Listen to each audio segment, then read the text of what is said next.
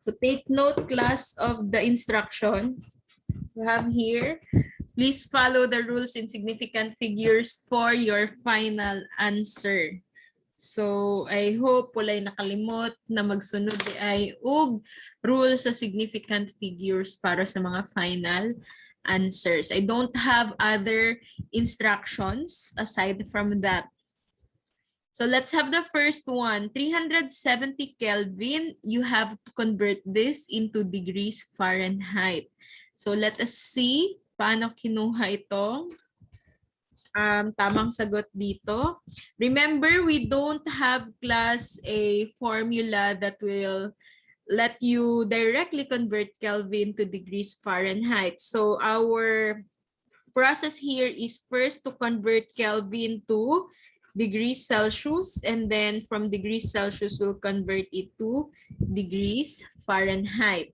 So I hope you are following, you are listening, kasi this will also be true sa inyuhang exam 2 weeks from now. So, katong mga wala nakapasa sa quiz, bawi kayo sa exam class. So, what are we going to do? First, we'll have the degrees Celsius is equal to Kelvin minus 273. Anyone here who used 273.15? Wala. Okay, so that's 273. So 370 minus 273 is 97. So you have here 97 degrees Celsius. And ito yung i-convert natin sa Fahrenheit. So this one, class, is 9/5 times degrees Celsius plus 32. I hope memorized niyo na by now yung ating formula. So this is 9/5 times 97. That's what we have computed a while ago. Plus 32. So this is 9/5 is actually 1.8 times 97 is 174.6 plus 32. So, plus 32 is 206.6 degrees Fahrenheit. But what was my instruction? Follow the rules sa significant figure. Again, ano yung rule na to, Ane? Again, ano ang rule natin for this? You have to follow the significant figures class sa given. Since we only have one given here, so automatically, yun na yung ifa-follow natin sa 370 na Kelvin. Now, what are the operations involved here? We have subtraction, we have addition, we even have multiplication. But, since higher operation si multiplication class, we have to follow that rule. Meaning significant figures talaga yung ating susundin. So for the significant figures, how many significant figures are there in 370? 2. 2. Very good. This is 2 class. We only count the 3 and the 7, and 0 is not included because we don't have a decimal point. So we need class 2 significant figures here. 2, this is 1, diri man jud ta start, and then this is 2. So dapat dinha lang ka taman. So naay-send si Ayan nga answer sa chat, and that is actually correct. Nga naman, since diri lang ka sa 0 taman, but remember class, na before writing, kung 0 yun ba na siya, you have to consider the next digit. So the next digit here is 6. So this is the reason mag plus 1 tayo dito.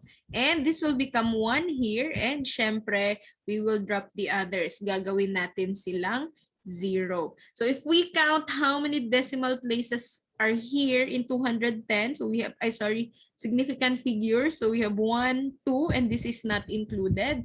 So kagaya na siya ng ating given na 210.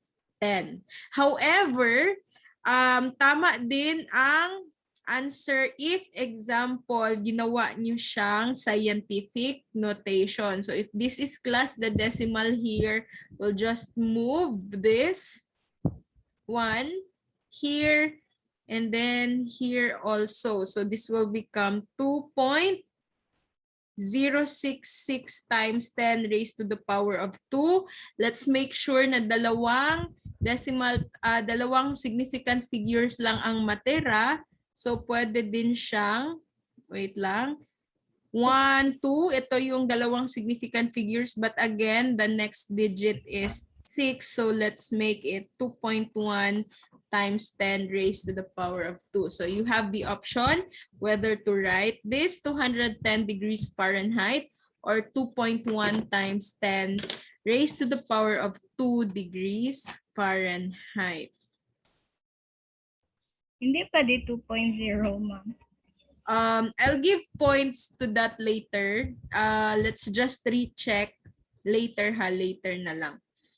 I'll give points to that anyway. Yung mali nyo lang dyan is hindi nyo na plus 1. But anyway, dalawang significant figures. Maghatag lang kong points later na lang. Kasi sa Schoology, pag mali-mali kita siya. I'll just recheck later. So any question for this item? Wala. So ang uban, yan nung mali man to ang uban. Ang uban, they just wrote 206.6.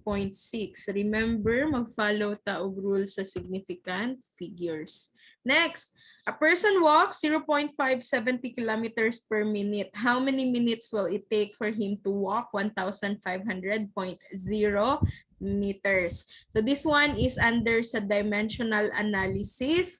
I hope you are done sa inyong lecture when it comes to conversion of units. If I'm not mistaken, in your lecture, you have there the prefixes na gigamit nato and their meanings.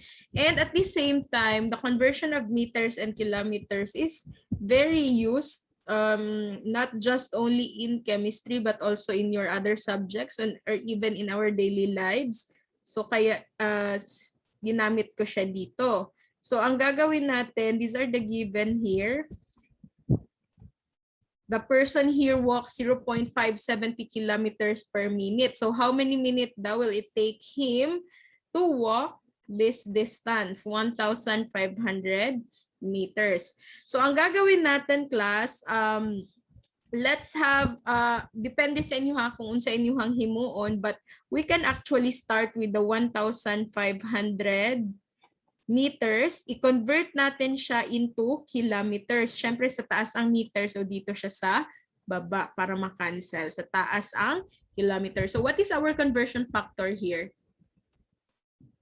Ilang meter ang nasa kilometer? 1,000.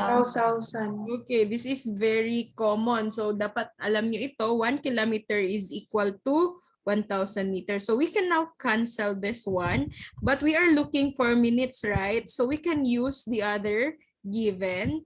Pwede nato siya baliktaron para ma-cancel lang yun class ang unit. So ang given is 0.570 kilometers sa isa ka minute. So that is the meaning of 0.570 kilometers per minute. So we can cancel the kilometers and then we will be left with minutes.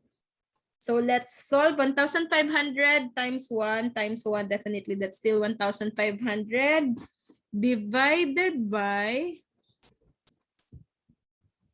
1,000 times 0.570. This is 570. So 1,500 divided by 570 is, wait lang. 2.63157894.7 minutes. Now, how are we going to round off our answer? Again, we have to follow the rules of significant figures. So what is our operation here? We have multiplication and division. Pag multiplication and division, we have to round off our final answer following the least number of significant figures in the given. So we only have 2 givens here. Let us count the significant figures. So for 0.570, how many significant figures are there? 3. Okay, very good. This is 3. So we have 1, 2, and 3. This is not counted here. That's the leading 0. How about sa 1,500.0? 5. Okay, 5. very good. It's 5. Remember, the trailing zeros will become significant if you have the presence of the decimal point. So you have the decimal point here, which means all the zeros will be counted. So in this case, class, this one is the lesser significant figure. So we have to follow that when it comes to our final answer. So let us count. Always start here has a left 1, 2, and 3. So this is 2.6. Before ta mag-decide kung 3 jud ba na siya, let us consider the next digit. But the next digit is 1, so no need to add 1 here sa 3. So as is na siya, 2.63 minutes. So mao dapat na siya ang answer din. Okay? Questions for this problem? Anyone na na-confuse about this one? You can ask question anytime, ha? Later kung, for example, ang naset kasi na answer sa Schoology is mean only. So, let us consider later kung gitibuok ninyo ang minutes na word. Naabot ka og 0.38 asa nagikan. Ayan, imuhang 0.38. So you review what you did during sa quiz para makita nimo asa dapit sa process ka nagkamali. Now, how about this one? The density of a certain metal is 8.90 grams per ml. What is the mass of 15.00 ml? Okay, sa imuhang pag-convert. So do not forget the conversion factor, ha?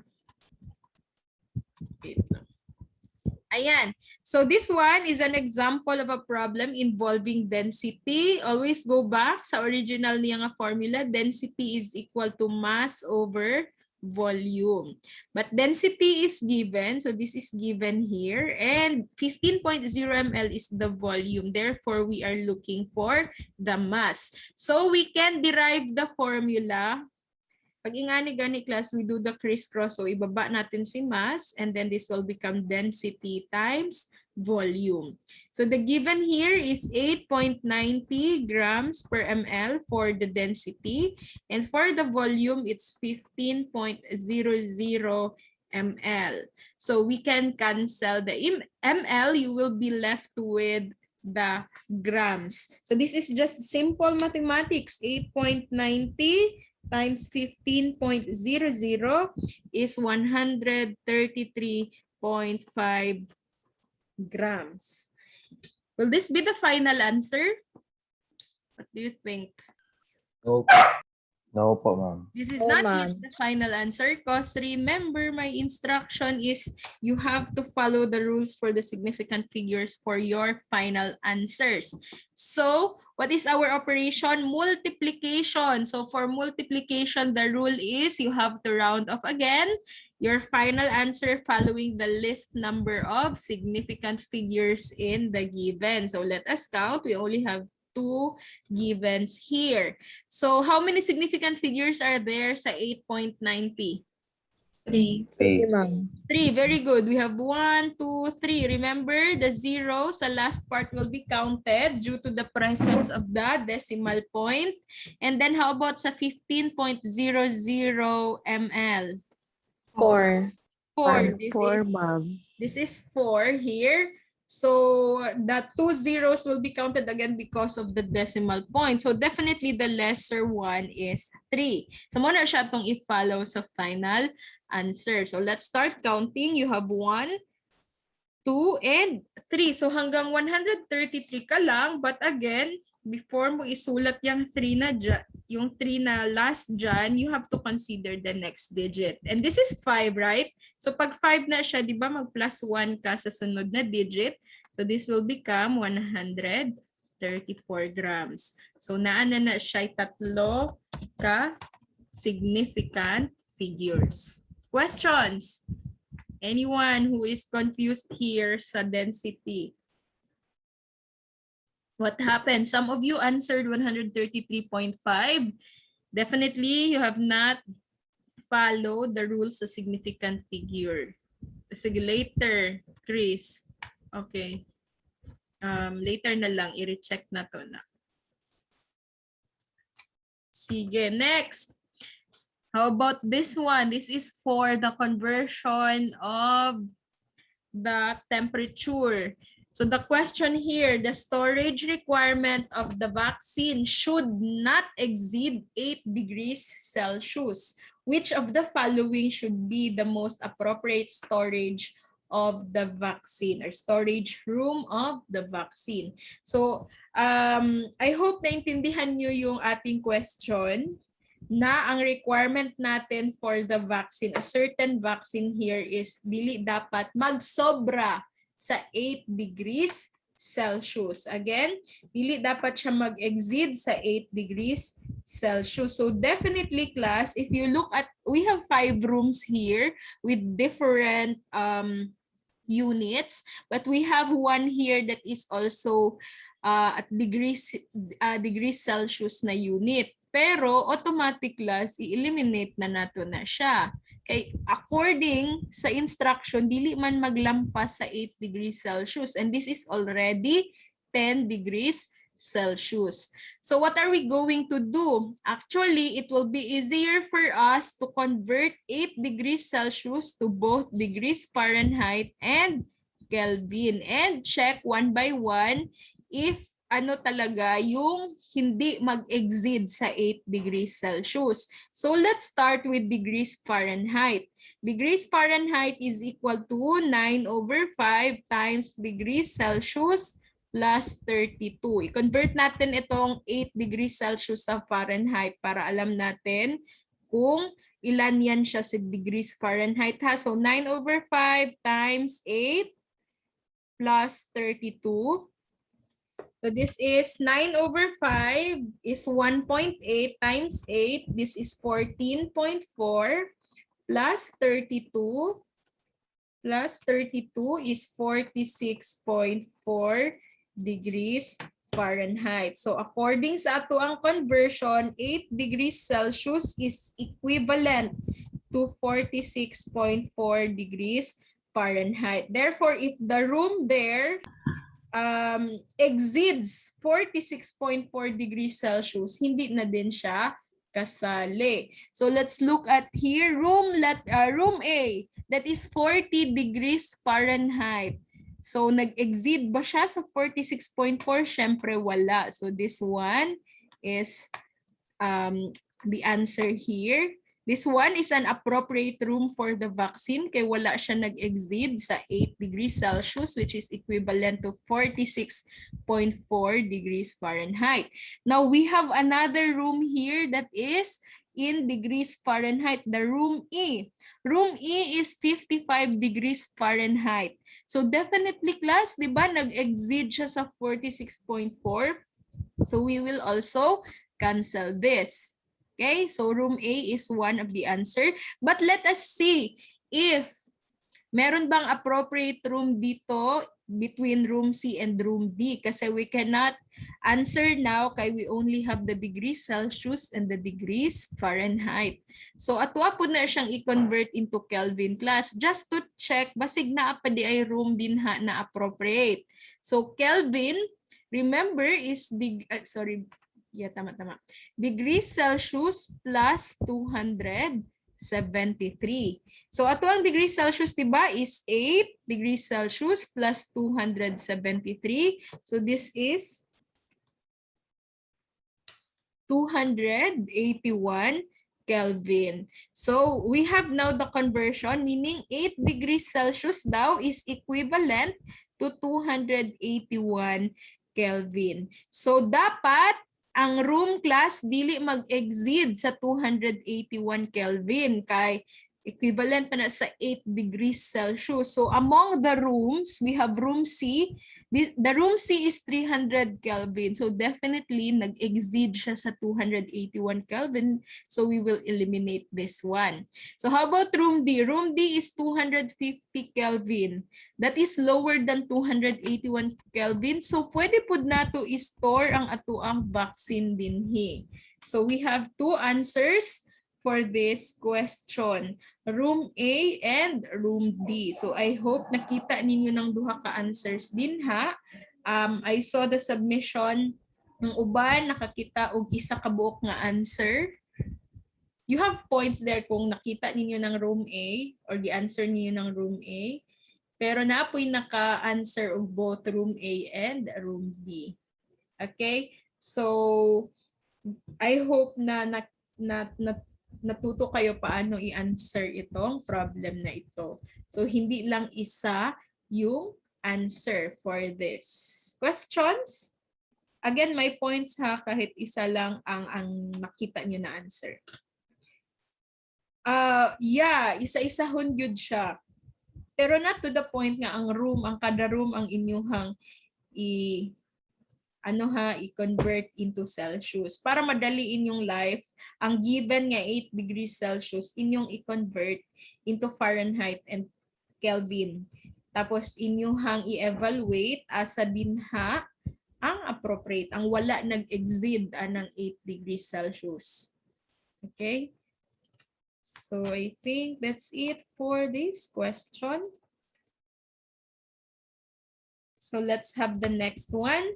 So evaluate the data obtained by student A from the experiment. The true volume is 16.0 ml.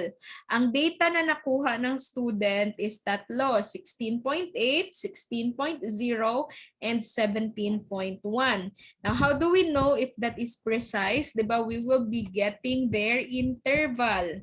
Ingon ko sa inyo gahapon, we will just allow at least 0.1 na interval class even if sa true volume para makaingon tag either precise or accurate siya.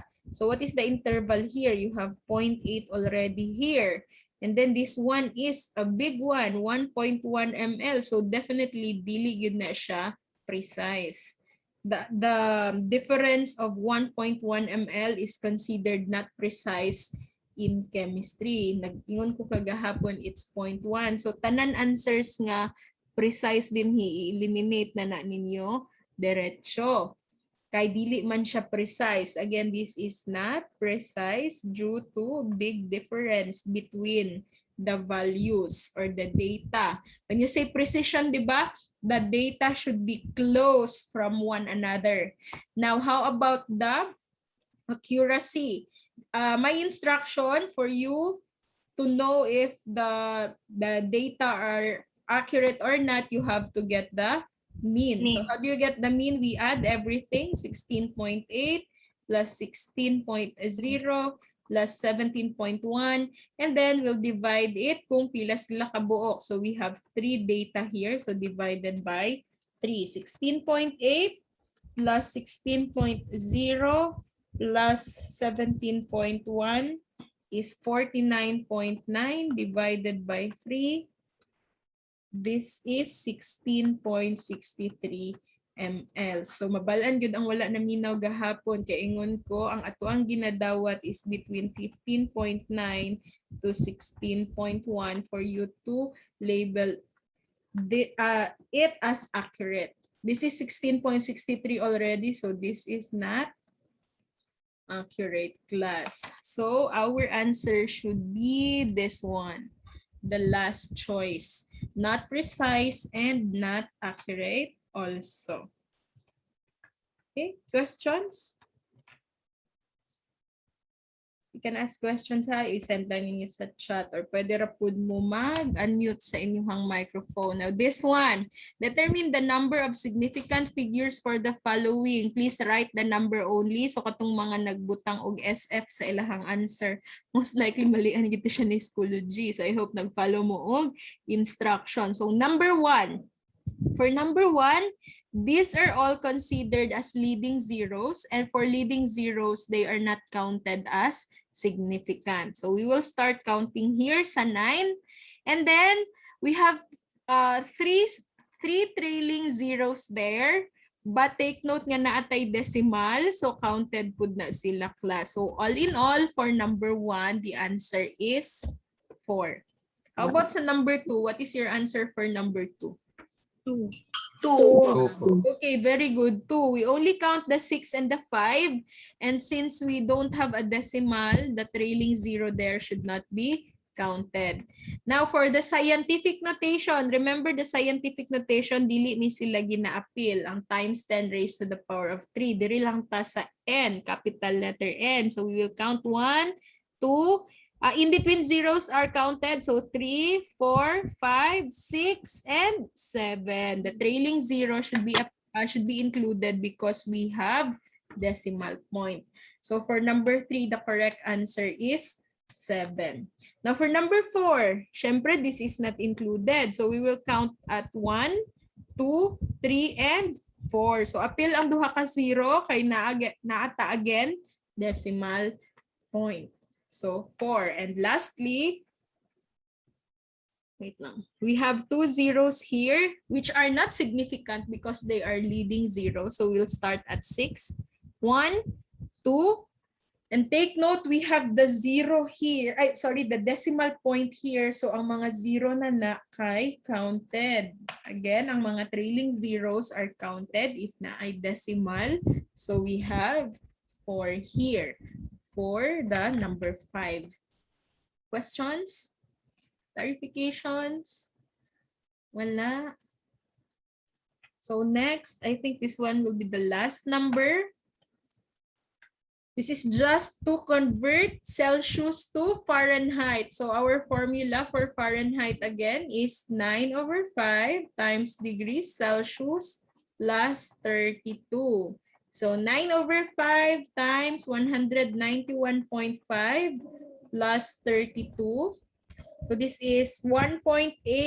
9/5 is equivalent to 1.8 times 191.5 is 344.7 plus 32 is 376.7 degrees Fahrenheit. But let's check first whether this should be the final answer. Because remember, we need to follow the rules of significant figures.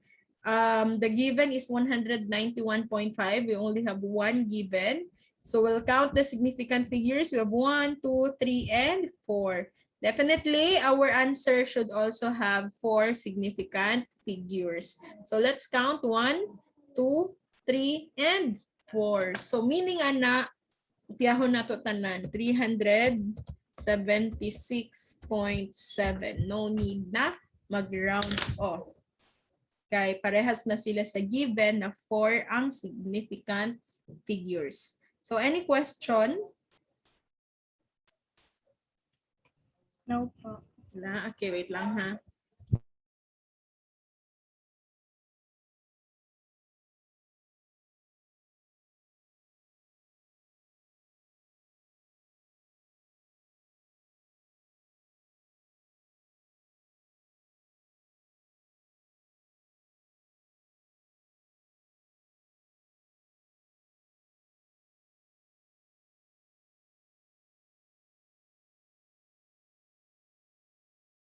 Okay, so any questions sa quiz class? Wala.